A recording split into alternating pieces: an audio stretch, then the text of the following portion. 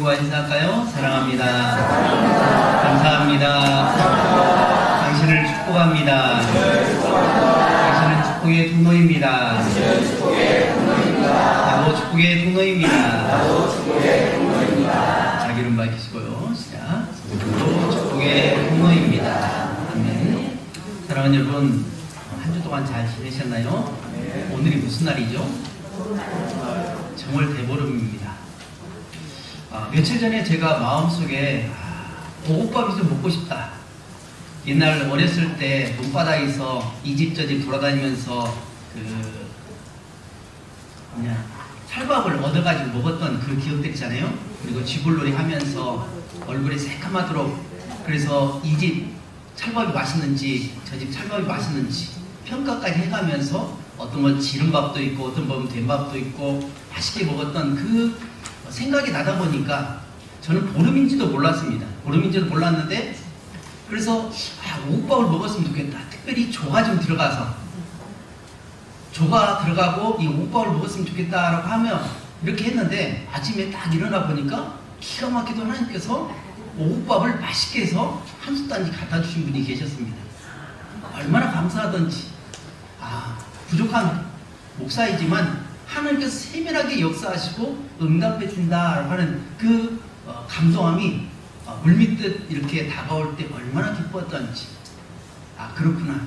하나님은 우리의 소문한 바를 알고 계시고 우리가 전혀 생각지 못한 그런까지 챙겨주시는 그러한 사랑의 하나님이심을 다시 한번 느끼면서 이 주일날 하나님 앞에 예배하며 기쁨으로 은혜 나누기 원합니다. 우리가 집에서 설거지 합니다. 저도 설거지 해보고 여러분도 설거지 하지만 설거지가 쉬운 것이 아니죠. 요즘이야 그릇이 플라스틱 그릇도 있고 튼튼한 그릇도 있겠지만 그릇, 특별히 아끼는 접시라든지 그런 것들이 있는데 설거지에다 그만 손에 미끄러져 가지고 깨진 경험이 있죠. 그럼 여러분 그 마음이 어떨까요? 좋을까요? 아니면 나쁠까요? 매우 기분이 상합니다. 심지어는 부부싸움까지도 합니다. 왜 그것을 깨트렸냐고 하면서 화를 버럭 내면서 부부싸움으로 번지는 경우도 있습니다. 이 작은, 어찌 보면 있어도 되고 없어도 되는 그 그릇이지만 아끼는 그릇일수록 그것이 깨질 때마다 혹은 금이 갈 때마다 마음이 아픈 거죠.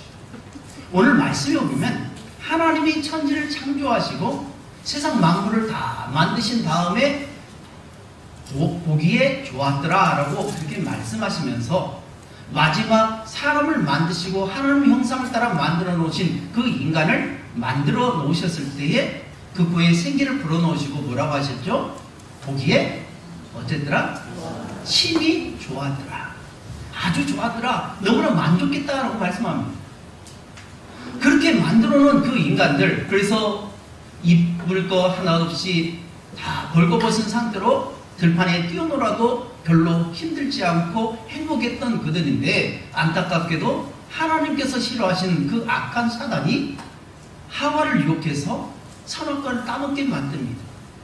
하나님께서 에덴 동산을 창설하시고 그곳에 아담과 하와를 두시면서 생육하고 번성하여 땅에 충만하고 정복하고 다스리라 라고 하시는 이 하나님의 놀라운 축복의 명령을 하시면서 인간으로 하여금 대리 통치자로서 하나님이 세상을 다스리지만 그러나 눈에 보이는 인간으로 하여금 이 세상 만물을 잘 다스리도록 하셨습니다.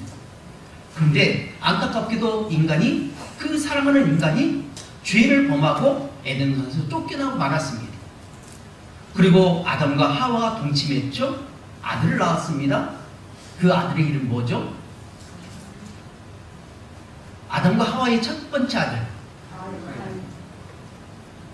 그죠? 가인을 낳았습니다. 두 번째 아들 아벨을 낳았습니다. 그래서 이들이 성장해서 하나님 앞에 제사를 드립니다. 제사를 드리는데 아벨의 제사는 받고 가인의 제사는 받지 않습니다. 이 일로 말미암아 가인이 화가 버럭납니다. 하나님, 왜 하필이면 내 동생의 제사는 받으신데 내 제사는 받지 않습니까? 라고 하면서 자신을 돌아보는 것이 아니라, 회개하는 것이 아니라 오히려 하나님을 원망하는 그 죄. 결국 어떻게 하죠? 하나님 몰래 죽인다고 했지만 하나님 다 보고 계시죠. 그래서 이 가인이 아벨을 죽인 그 피값으로 말미암아 땅의 저주를 받아서 어떻게 하죠? 땅이 가인을 받지 않고 그는 유리하는 방랑자의 삶을 살아갑니다. 첫 살인사건이 바로 아담의 범죄로 인해서 이어지는 범죄였다면 이 범죄가 점점 강해집니다. 점점 왕성해집니다. 죄를 지고도 전혀 눈 하나 깜짝하지 않습니다. 오늘날 사회를 보면 압니다. 법과 질서가 완전히 무너졌습니다. 죄를 짓고도 전혀 죄에 대해서 거기에 대해서 둔감합니다.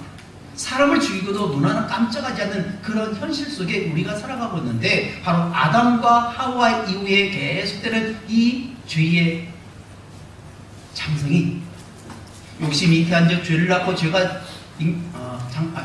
욕심이 잉태한 적 죄를 낳고 죄가 장성한 적 사망을 낳느라고 했는데 이 말씀처럼 인간의 죄가 세상에 가득했습니다. 그래서 하나님은 이대로는 안 되겠다. 이대로 두면 내가 창조한 그 창조 질서가 완전히 무너지기 때문에 안 되겠다라고 하시면서 하나님께서 새로운 짝에 들어가신 거죠. 이제 얼마 되지 않으면 농사절이 돌아옵니다. 아마 여러분들 농사 짓는 분들은 몸이 지금 욱신욱신 아파올 것입니다. 어깨가 아파올 것이고 머리가 아파올 것이고 어떻게 올 한해 농사를 지을 것인가. 이 농사에 대한 많은 부담을 가지고 있을 텐데 모판을 해놨는데 모판이 잘하면 좋겠지만 모판이 갑자기 어느 곳은 잘 되고 어느 곳은 안 되고 움푹짐푹.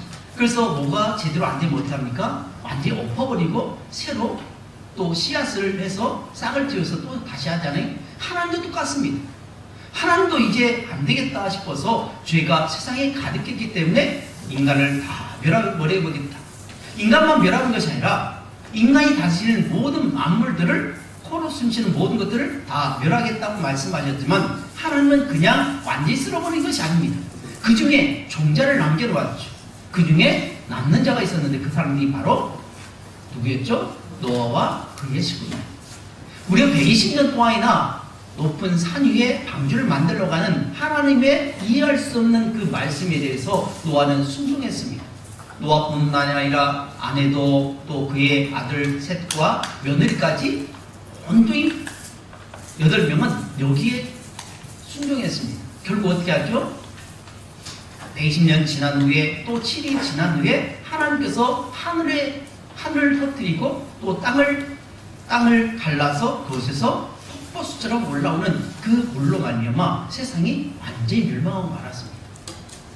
40주야가 비가 내렸습니다. 그리고 150일이 물에 가득 찼습니다. 산이 전혀 보이지 않습니다. 온통 물입니다. 온통 시체 덩어리입니다. 그리고 또 150일 지나고 나서 또 40일 지난 후에 노아가 어떻게 하죠? 까마귀를 내보냅니다. 까마귀를 내보낼 때 까마귀가 들어왔나요? 안 들어왔나요? 왜 안 들어왔을까요? 까마귀는 뭐 먹고 살죠? 시체 먹고 삽니다. 그러니까 온통 자기 먹을 거리니까 거기에 이건 먹고 저건 먹고 또 검정 거 먹었다가 흰 거 먹었다가 사람 뜯어 먹었다가 또 고양이 뜯어 먹었다 이거 하다 보니까 정신없이 거기에 팔려있다가 돌아오지 않았습니다. 그래서 하나님께서 노아는 또 비둘기를 내보냈죠. 비둘기 내보냈다가 얼마 지나서 돌아옵니다. 왜 그럴까요? 앉아있을 곳이 없어서 다시 돌아왔습니다. 또 7일 뒤에 내보냈습니다. 또 7일 뒤에 내보내고 나중에 감람나무 잎이 물고 오는 것을 보면서 이제 하나님께서는 나가라 라고 하면서 다시 동물을 내보냈던 그것이 바로 노아의 방주의 이야기입니다. 이건 그냥 옛날 아주 옛날에 있었던 호랑이 담배 필 때에 했던 그런 옛날 이야기가 아니라 실제적인 이야기고 하나님께서 앞으로 어떻게 심판할 것인지를 분명히 보여주는 하나의 예행 연습입니다. 나중에 이 세상은 불로 멸망할 것입니다. 불로 세상을 망하게 만들 것입니다. 왜냐하면 심판주로 오실 예수님께서 믿음으로 바라보지 않고 믿음으로 돌아보지 않는 사람들은 다 쓸어버리고 이제는 영원한 불못에 집어넣도록 하겠다는 하나의 예표로서 이제 그렇게 심판을 하신 내용이 오늘 내용입니다. 그러면 이 하나님의 역사는 과연 무엇일까? 하나님의 구원 역사는 과연 어떻게 이루어졌는가 하는 것을 통해서 우리가 은혜를 나누면서 오늘 우리의 삶을 다시금 점검해보고 우리가 심판 때에 과연 구원받을 수 있는 사람이 될 수 있는 것인지 아니면 그렇지 못한다면 어서 빨리 회개하고 바로서는 그러한 시한이 되길 주의 이름으로 축복합니다. 저는 세 가지를 말씀드리기 원합니다. 첫 번째로는 구원은 하나님의 주권적인 역사라는 것입니다. 제가 뭐라고 말씀드렸죠? 구원은 하나님의 주권적인 역사라는 것입니다. 두 번째로 구원 역사는 완전하고 치밀하게 진행되었다는 것입니다. 제가 뭐라고 말씀드렸죠? 구원 역사는 완전하고 치밀하게 진행이 되었다는 것이고, 세 번째로 믿음으로 받아들일 때만 가능하다는 것입니다. 제가 뭐라고 말씀드렸죠? 믿음으로 받아들일 때만 가능하다라고 하는 것입니다. 그럼 첫 번째로 구원은 하나님의 주권적인 사역이라는 역사라는 것을 우리가 인정하고 나가야 됩니다. 우리 다 같이 13절 말씀 함께 공독하겠습니다. 시작. 하나님이 노아에게 이르시되 모든 혈육 있는 자의 포악함이 땅에 가득함으로 그 은달이 내 앞에 이르렀으니 내가 그들을 땅과 함께 멸하리라. 아멘. 하나님께서는 아브라함에게 소돔에 관한 계획을 말씀하셨듯이 하나님과 동행한 노아에게도 하나님의 홍수 심판에 대한 구원의 계획을 말씀하셨습니다. 하나님만이 노아와 그의 식구, 가족들을 안전하게 대비하시고 책임질 수 있는 분임을 분명히 깨닫게 됩니다. 이것은 오직 구원은 하나님께만 있다는 사실을 우리가 기억해야 됩니다. 하나님은 혼자서도 무에서 유를 창조하시는 창조주 하나님이십니다. 여러분 믿으시죠? 근데 혼자서 일하시는 것이 아니라 하나님은 반드시 사람을 통해서 역사하신다는 것을 믿으시기 바랍니다. 제가 서두에 말씀드렸잖아요. 제가 소원했잖아요. 저 혼자 가족들에게 내가 오빠를 먹고 싶다 며칠 전에 이야기했는데, 그때 누굴 통해서 합니까? 하나님께서 하늘에서 뚝 떨어집니까? 아니죠. 누굴 통해서 하셨죠? 사람을 통해서, 누군가의 손길을 통해서 오밥을 맛있게 해서 저에게 주니까 얼마나 기쁨입니까? 이런 것처럼 하나님은 사람을 통해서 역사하신다는 겁니다. 그래서 사람이 중요한 겁니다. 하나님께서 힘구하고 번성하여 땅에 충만하고 정복하고 다스리라 라고 하신 이 5가지 명령을 주실 때에 사람을 통해서 역사하셨다는 것입니다. 하나님이 직접 이 세상을 통치하신 분입니다. 다스릴 분이십니다. 태양을 주시고 빛을 주시고 비를 주시고 바람을 주시고 또 태풍을 주시고 여러 가지를 주셔서 우리의 모든 만물을 다스리듯이 그렇게 하실 수 있지만 또 사람을 통해서 역사하신다는 것을 우리는 믿어야 됩니다. 오늘 본문 13절에도 하나님은 노아에게 말씀합니다. 내가 세상을 홍수로 심판할 계획을 가지고 있다. 그러니 너는 나를 도와서 홍수를 대비하여 방주를 만들라. 그리고 너는 내가 지시한 대로 행함으로 너와 너의 가족을 보호하고 동물들 쌍을 이루어 보존하라 라고 말씀합니다. 사랑하는 성도 여러분, 노아와 이렇게 동역하고 선을 이루게 하신 것은 누구의 뜻입니까? 하나님의 주권적인 일입니다. 오늘 저와 여러분이 구원받은 것도 마찬가지입니다. 내가 착해서 내가 잘난 어떤 특별한 구원받을 만한 특별한 대상이기 때문에 구원받는 것이 결코 아닙니다. 누군가를 통해서, 지난주에도 말씀드렸듯이 누군가를 통해서 나에게 복음이 전해졌습니다. 우리 장로님 기도하셨지만 구원빵 사실 이거 값어치 있다고 할 수도 있지만 별로 값어치도 없습니다.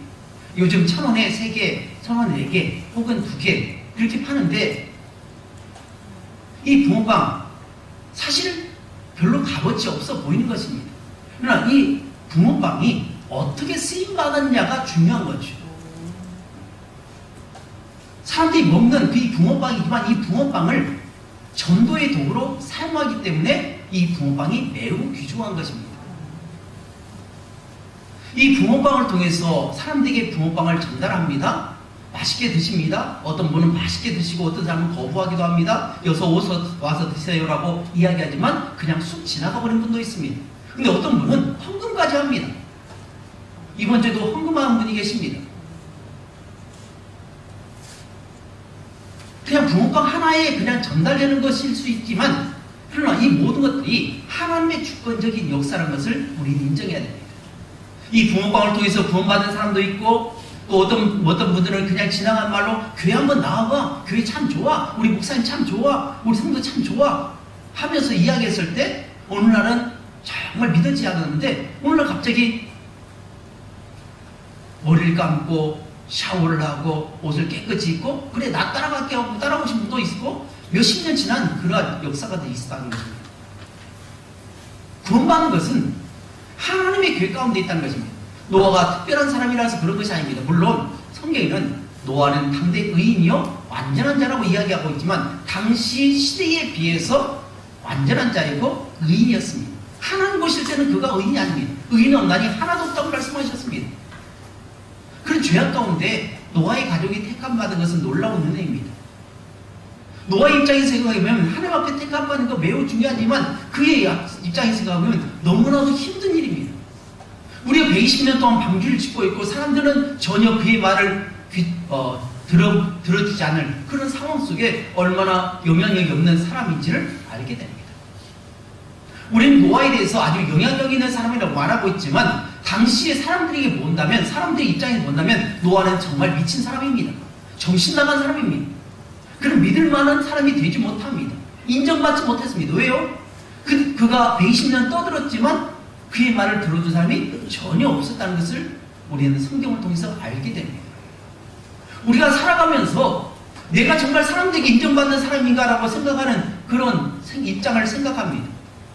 그래서 인정받는 사람이 되기 위해서 어떻게 합니까? 그 사람 비율을 맞춰주기도 하고 그 사람 입장에 생각하기도 합니다. 근데 때로는 그 사람의 입장을 맞춰준 것도 중요하지만 내가 하나님의 뜻을 밝게 드러내면서 나는 하나님의 사람이라는 것을 밝게 드러내면서 믿음으로 살아가는 건 매우 중요합니다. 비록 사람들이 나를 인정하지 않는다 할지라도 사람들이 나를 받아주지 않는다 할지라도 내가 정말 하나님의 뜻에 합당한 사람인가? 그래서 노아처럼 120년 동안 온전히 방주받는 일에 열중을 다하는 그런 모습의 삶이 하나님 보시기에 아름다운 삶임을 우리가 다시 한번 깨달아야 됩니다. 물론 요즘에 신앙인들이 많은 세상 사람들로부터 지탄의 대상이 되고 있는 것은 그가 신뢰하지 않은 그런 사람이 되지 못했기 때문에 그렇지만 우리는 과연 누구를 신뢰하느냐? 하나님을 신뢰함으로 말미암아 말씀 따라 순종함으로 말미암아서 우리가 하나님 앞에 인정받을 때 사람들에게 인정받을 수도 있고 그렇지 못할 수도 있다는 것입니다. 노아는 자식들 입장에서 생각해보면 정말 인정받지 못한 아버지일 수도 있습니다. 그러나 그들은 아버지의 말씀에 순종했습니다. 노아가 구원받았기 때문에 노아의 가족이 구원받았다는 사실을 잊지 말아야 됩니다. 내가 구원받기 때문에 내 자녀가 구원받을 수 있습니다. 내 또 손자들이 구원받을 수 있습니다. 요즘 큰아들하고 제가 이야기를 자주 하는데요. 아들이 하는 말이 그런 말입니다. 아빠 목사인 것이 참 자랑스러워요. 좋아요 라고 말합니다. 왜 그러냐 했더니 성경에 대해서 궁금한 거 있으면 다른 사람한테 안 물어보고 아버지께 여쭤보니까 아버지가 대답해 주니까 참 좋아요. 다른 것을 택할 수 있으니까 참 좋아요 라고 하는 그 말을 때 얼마나 마음이 기쁘던지. 이 말이 무슨 말입니까? 아버지를 인정해 주는 그런 말이겠죠. 내가 구원받았기 때문에 내 남편이 구원받았기 때문에 내 아내가 구원받았기 때문에 나도 똑같이 구원받는 그러한 축복의 역사가 있었으면 얼마나 좋을 것인지. 바로 노아가 하나님 앞에 구원받았던 것은 또 노아의 식구들이 구원받은 것은 하나님의 주권적인 역사입니다. 많은 사람들이 있었을 것입니다. 그 중에 특별히 하나님 노아를 택하셨다는 것입니다. 하나님께서 수많은 사람들이 있지만 그 가운데 우리를 택해준 것을 여러분을 택해준 걸 나를 택해준 것에서 여러분 감사하시길 주며 여러분 축복합니다. 내가 이 집안에 시집 왔기 때문에 택함받은 겁니다. 내가 이 지역에 이사 왔기 때문에 내가 택함받은 것입니다. 내가 좋은 친구를 만났기 때문에 이 친구로 인해서 내가 구원받고 오늘 주님 앞에 나와서 예배하는 복된 성도가 됨을 우리는 늘 감사할 줄로 믿습니다. 두 번째로는 구원 역사는 완전하고 친밀하게 진행이 되었다는 것입니다. 우리와 같이 14절부터 16절까지 말씀을 공부하겠습니다. 시작. 너는 독배로 나무로 너를 위하여 방주를 만들 때 그 안에 판들을 막고 역청을 그 안팎에 칠하라. 내가 만들 방주는 이러하니 300규빗, 너비는 50규빗, 높이는 30규빗이라. 거기에 창을 내되 위에서부터 한 규빗을 내고 그 문은 옆으로 내고 3주와 3층으로 할지니라. 아멘. 하나님께서 홍수로 방주로 세상을 심판하실 때 완전히 쓸어버린 것이 아니라 그 중에서 택함 받은 노아의 가족을 위해서 방주를 만들게 하시고 정결한 짐승 7쌍씩 부정한 짐승 2쌍씩을 다 방주로 끌어들이게 하셨습니다. 사실 이것도 쉽지 않은 일입니다. 여러분, 개 키워봤죠? 고양이 키워봤죠? 잘 말 듣나요? 잘 말 안 듣습니다. 야, 여기다 똥 싸지 마! 근데 어떻게 하면 또 똥 쌉니다. 말 안 듣습니다. 근데 놀라운 것은 암수, 정결한 짐승 몇 쌍씩이요? 7쌍씩, 그리고 부정한 짐승 2쌍씩이 방주로 노아에게 나오도록 하나님 만드셨다는 겁니다. 만약 동물들이 오지 않았다면 어떻게 합니까? 할 수 없는 겁니다. 근데 하나님께서 치밀하게 그렇게 역사하셨던 것을 보게 됩니다. 하나님께서는 노아에게 방주를 만들 때 120년 동안 만들게 하시고 높은 산 위에 사람들은 도저히 이해할 수 없는 정말 미쳐버린 것 같은 저 사람 제정신이야 라고 할 정도로 그런 생각이 들 정도로 그런 높은 곳에 이해가 될 수 없는 그런 방주를 만들게 하십니다. 방주의 규격은 길이가 300규빗입니다. 넓이가 50규빗, 높이가 30규빗을 하고 3중하 3층을 하고 창을 내되 위에서부터 1규빗을 내도록 그렇게 하나님 말씀하시고 노아는 그대로 했습니다. 1규빗은 성인 남성의 이 팔꿈치에서부터 가운데 손가락까지의 길이, 이것을 약 한 45.6cm로 이렇게 계산되면 길이가 약 140m, 넓이가 23m, 높이가 약 14m 정도 되는, 그래서 폭이 64에서 75가 되는 축구장보다 약간 더 큰 네모난 방주입니다. 방주가 아름답지 않습니다. 직사각형입니다. 그리고 이 방주를 물 가까운 곳에 만들 것이 아니라 높은 곳에 만들게 하셨습니다. 사람들은 이해할 수 없었죠. 그리고 노아 당신도 본인도 그걸 이해할 수 없었습니다. 그러나 하나님께서 말씀하시니까 말씀대로 순종했습니다. 근데 비가 어떻게 했죠? 우리가 보통 여름에 장마가 지금 어떻게 합니까? 지난번에 몇 년 전에 한 45일 막 그렇게 비가 왔잖아요. 그럼 어떻게 합니까? 막 여기저기서 홍수 사태가 일어나가지고 막 사람 죽어가는 그런 일이 있었는데 이 비가 하늘이 열렸다고 했습니다. 마치 대야로 물 붓듯이 그렇게 부숴버리고 또 땅이 갈라져가지고 거기서 막 샘이 막 솟아납니다. 그래서 만약에 그 배를 가까운 곳에 낮은 곳에 졌다면 어떻게 합니까? 떠보지도 못하고 파산이 되어버렸을 것입니다. 뒤집혀 버렸을 것입니다.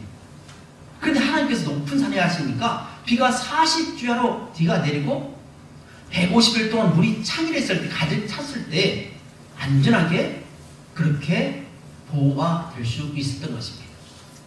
그러니까 하나님께서 치밀하게 역사하셨고 하나님께서 고페르나무로 역청으로 발라서 길이가 150규빗, 길이가 500규빗, 그 다음에 넓이가 300규빗, 50규빗, 30규빗을 만들라고 하셨죠. 상주하나 만들라고 하셨는데, 네. 이것은 하나님의 치밀하신 역사입니다. 거기에 노아의 가족을 넣으시고 또 거기에 필요한 모든 것들을 양식을 다 준비하도록 하셨습니다. 이사야 55장 8절이 이렇게 말씀합니다. 이는 내 생각이 너희의 생각과 다르며 내 길은 너희의 길과 다름이라. 여호와의 말씀이라. 하나님께서 말씀하십니다. 이사야 선지자를 통해서 말씀하시는데 내 생각은 너희들의 생각과 다르다. 너희는 지금 망했다고 생각하고 끝장났다고 생각하지만 아니다. 나는 너희를 사랑한다. 나는 너희를 회복할 것이다. 라고 말씀합니다. 그래서 이사야 선지자의 선포의 내용은 심판입니다. 39장까지는 심판입니다. 또 40장부터 66장까지는 심판하시나 구원하심입니다.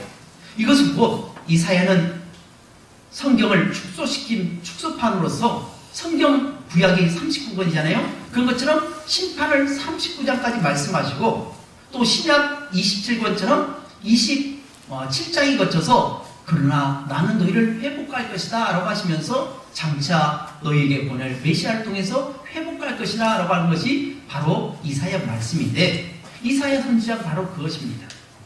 이는 내 생각은 너희들 생각과 다르다. 너희들이 판단한 것과 너희들이 경험한 것과 내가 생각한 것은 전혀 다르다라고 말씀합니다. 사실 이 노아의 방주의 이 규격과 모든 계획들은 바로 예수 그리스도를 상징합니다. 사실 노아 시대 때에 방주를 높은 산에 짓게 하시고 사람들로 하여금 조롱을 당하면서 멸시를 당하면서 방주를 짓게 하셔서 구원의 역사를 이루신 것처럼 오늘 이 시대도 마찬가지입니다. 어떻게 예수 그리스도를 믿는다고 해서 너희 죄가 사함을 받느냐? 어떻게 너희들이 죄를 지었음에도 불구하고 구원을 받을 수 있느냐? 말도 안 된다. 믿는 것으로 어떻게 구원을 받느냐? 행함으로 구원받는 것이지 어떻게 믿음으로 구원받느냐? 이해할 수 없는 그런 복음의 선포죠. 노아 시대나 오늘 이 시대나 똑같습니다. 하나님의 뜻이 어디 있는지 전혀 알지 못하는 사람들은 그걸 이해할 수 없습니다. 그러나 치밀하게 하나님께서는 이것을 예배하셨습니다. 하나하나 방주의 규격과 재료들과 방법들과 기간들을 다 제시하신 하나님께서 끊임없이 선지자를 보내시고 끊임없이 회개할 자를 보내셨지만 깨닫지 못한 사람들을 위해서 어떻게 하십니까? 결국 자기 아들을 보내셔서 구원을 받게 하신다는 거죠. 이 이야기를 예수님께서는 악한 농부의 포도원 농부의 비유라고 하시면서 말씀하십니다. 한 농부가 이제 포도원을 짓고 나서 먼 길을 떠납니다. 그러면서 사람들에게 일꾼을 세워서 너희들 내가 없는 동안 이 농사를 지어라 라고 하면서 맡겨주고 떠납니다. 그리고 어느 기한이 지나서 때가 되니까 이 주인이 돌아와서 그동안 너희들이 벌어놓은 소출 중에 얼마를 가져오라 라고 종들을 보냈는데 어떻게 합니까? 종들을 때리고 어떤 건 죽이기도 합니다. 몇 차례 보냅니다. 이것은 바로 선지자를 보낸 것을 말씀하고 있고, 그러면 마지막 한 가지 내가 이 방법을 쓰면 그들이 깨닫고 나에게 양식을 보내주겠지라고 말합니다. 그러면서 내 사랑하는 아들 독생자를 보내겠다, 독자를 보내겠다 했는데 어떻게 합니까? 포도원 밖에 끌어다가 주겠다라고 말씀합니다. 이 이야기는 뭐죠? 결국 예수님께서 골고다 언덕에서 십자가에 못 박혀 죽으신 것이 바로 포도원 밖입니다. 예루살렘 밖으로 끌려가서 골고다 언덕에서 처참하게 죽임을 당하는 그것을 말씀하신 것입니다. 예언을 말씀하셨지만 이 사실을 알고 나서 어떻게 합니까? 서기관들과 바리새인들과 종교 지도자들이 불을 냅니다. 자기들을 향해서 이야기한 것을 알고 나서 어떻게 합니까? 불을 내서 죽이고 싶었지만 사람들이 혹시 소요가 나서 혹시 폭동을 일으켜서 문제를 일으키면 안 되니까 그러면 지금 말고 나중에 기회를 봐서 주겠다라고 하신 그 내용이 바로 포도원, 악한 포도원 농부의 비유입니다. 이런 것처럼 이해할 수 없는 것이지만 하나님은 친밀하게 역사하십니다. 그래서 예수 그리스도께서 이 땅에 인간의 몸을 입고 오셔서 우리의 죄값을 위해서 십자가에 못 박혀 죽으셨습니다. 예수님의 죽음으로 끝나지 않습니다. 그를 믿는 모든 자들이 예수님의 죽으심과 부활하심을 통해서 구원을 얻게 되는 것입니다. 그래서 우리는 고난주간을 보내고 또 부활주를 보내고 또 성령 강림주의를 보내고 장차 오실 예수 그리스도를 바라보면서 성탄절을 보내고 있습니다. 이 모든 것이 하나님의 친밀한 계획 가운데 있었습니다. 첫 번째로는 하나님의 주권적인 역사이고 그 주권적인 역사가 하나님께서 친밀하게 계획하셨다는 것입니다. 중요한 것은 세 번째입니다. 믿음으로 받아들일 때만이 가능하다는 것입니다. 우리 다 같이 22절 말씀 함께 분도하겠습니다. 시작. 노아가 그와 같이 하여 하나님이 자기에게 명하신 대로 다 준행하였더라. 하나님의 주권적인 역사이며 하나님이 친밀하게 계획하셨던 그 모든 것들이 노아에게 지시를 하셨습니다. 근데 중요한 것은 노아가 그것을 믿음으로 받아들이냐 아니면 거부하냐입니다. 이때 노아가 되겠죠? 하나님이 자기 명하신 대로 다 준행했다라고 말씀하고 있습니다. 세상에 죄가 가득한 그때에 노아를 택하셔서 하나님은 노아에게 그 일을 맡기셨습니다. 그때 노아는 믿음으로 받아들였고 믿음으로 다 행했습니다. 그러면 오늘 우리는 어떻게 할까요? 우리도 그래야 하는 것입니다. 하나님께서 오늘 이 시대에 악한 세상을 바라보면서 이대로는 안 된다라고 생각하실 것입니다. 그리고 그 구원받아야 할 사람들을 어서 빨리 구원하도록 우리에게 전도자로 사용하신 것입니다. 여러분, 왜 그렇게 많은 교회가, 세상에 많은 교회가 있는 줄 아십니까? 저번에도 말씀드렸듯이 나에게 맞는, 내가 어느 교회에서 상처받았고 거기서 아이고 나 신앙생활 못하겠네, 나 신앙생활 하기 싫어하고 포기할 수 있는 그 사람이 어떤 목회자를 만났는데 그 사람이 딱 맞습니다. 그래서 신앙생활을 다시 시작하고 그렇습니다. 그래서 우리에게 구임이 맞는, 어떻게 보면 구임이 맞다고 하는 것이 좀 이상하지만 하나님께서 나에게 은혜가 되는 그런 교회를 주셔서 수많은 교회가 생겨진 것입니다.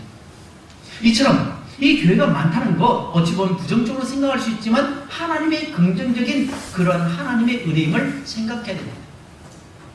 그렇다면 오늘 우리는 하나님의 부르심에 대해서 어떻게 응답할 것인지, 어떻게 반응할 것인지, 믿음 바라는 것들, 실상이 보이지 않는 것들의 증거라고 했습니다. 믿음이라는 것은 하나님께서 행하심에 대해서 받아들이는 것입니다. 그리고 하나님이 계신다는 것을 분명히 믿어야 되고, 자기에게 찾아온 자에게 상 주시는 이시라고 말씀하신 히브리서 말씀처럼 그런 삶을 살아야 됩니다. 하나님께서 오늘 이 시대에 어렵고 힘든 그러한 경제적인 환경과 어려움 속에서 오늘 이 시대에 저와 여러분을 부르셨다는 것은 하나님의 놀라운 축복임을 믿고 내게 맡겨진 그 삶을 잘 감당하시길 주님으로 축복합니다. 중요한 것은 믿음으로 받아들이냐입니다. 그래서 예수님께서는 내가 믿느냐라고 질문하십니다.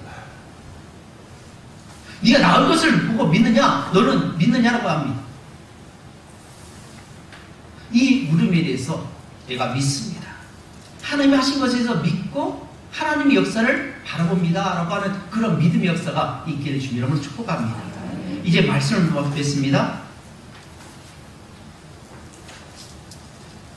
오늘 말씀을 통해서 구원은 하나님의 주권적인 역사라는 것을 우리는 인정하고 나가야 되고, 두 번째로 구원 역사는 완전하고 치밀하게 하나님께서 진행하셨다는 것이고, 세 번째로는 믿음으로 받아들일 때만이 가능합니다. 다시 말해서 믿음으로 받아들인 자가 구원을 받는다는 것을 우리가 인정하며, 여러분께서 기도하실 것은 우리의 자녀들이, 우리 손자 손녀들이, 우리 형제자매들이, 또 우리 이웃들이, 우리의 부모님들이 예수 믿고 어서 빨리 기회가 있었을 때 하나님께서 기다려줄 때 그 부르심에 응답하고 본받는 놀라운 축복의 역사 있길 주님으로 축복합니다. 기도하겠습니다.